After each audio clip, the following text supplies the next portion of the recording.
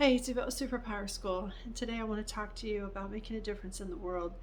Some of us need to do that in a big way, and that's how we're going to fill our legacy. See, when you're feeling happy, it seems like it's easy to just cruise on through. And when we have surprise, big, ugly things pop up, it helps us start to listen and think about, wait a minute, what am I here for? Is this what's making this nightmare worthwhile?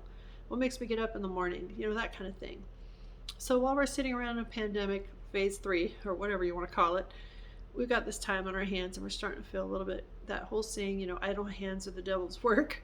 And so here I am trying to let you know that you got to find a bigger purpose.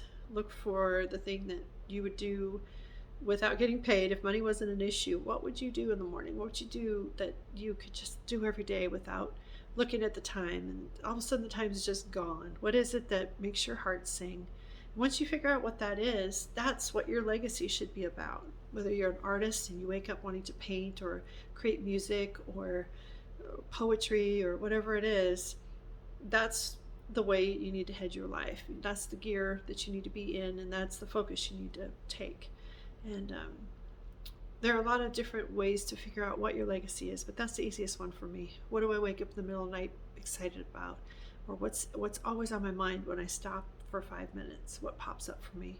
So I invite you to explore that. The best way to do it is to just get quiet, take a bath, take a walk, take a nap. Those are the times when all these beautiful epiphanies pop up. And it's time for us to start realizing that there really is no better time to start your legacy. It's now. This is a pivotal point for everybody on the planet. We might as well take advantage of it. Don't go back to the old habits you had before this all went down. Use your time now to make changes, especially if you're one of those essential workers and you're worn out.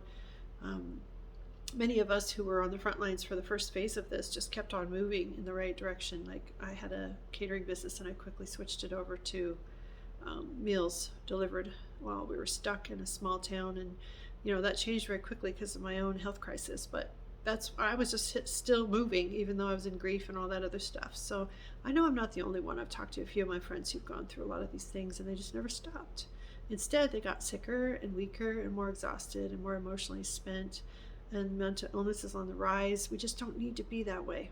We need to stop and take a breath and remember that there's ample energy out there for everybody to share. There's ample money out there for everybody to share. There's ample opportunity out there for everybody to share. We don't need to be wasting our energy and our life doing things that are meaningless, unimportant, that don't bring us joy, any of that. Please think this through and take some time today to figure out what you want to do with the next year and make it a good one. We'll talk to you soon.